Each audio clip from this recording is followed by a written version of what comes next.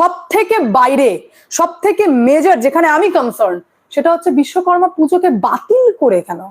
আপনি নিন ভাই 4 দিন, 10 দিন, 12 দিন, 365 দিন নিন, কারণ এমনিতে তো আপনাদের শিক্ষা দপ্তরের ওই অবস্থা, তার মধ্যে শিক্ষকরা তো নেই, এদিকে অভিষেক ব্যানার্জির নামও নিয়োগ দুর্নীতিতে চলে এসছে, ঘটা 365 দিন আপনারা ঈদের উৎসব পালন করুন, সমস্যা নেই। কিন্তু বিশ্বকর্মা পুজো ভাই, তাহলে পলিটিক্স কে করছে? ওই একই কোয়েশ্চেন যে কলকাতাকে তো লন্ডন করার কথা ছিল, পাকিস্তান তো নয়। যেখানে আপনাদের মধ্যে অনেকেই বলবেন যে দিদি মিনি পাকিস্তান অলরেডি হয়ে গেছে, কোথায় আছেন আপনি? আর সত্যিই তাই, এখন চোখে দেখতে পাচ্ছি। শকিং স্টেটমেন্ট ছিল, এবার শকিং স্টেপ একের পর এক নিচ্ছেন ফিরহাদ হাকিম। দিদি কিছু বললেন? মমতা ব্যানার্জি রাজ্যের মুখ্যমন্ত্রী কিছু বললেন? আমার তো জানা নেই, আপনারা কেউ জানলেন কমেন্টের মাধ্যমে জানান।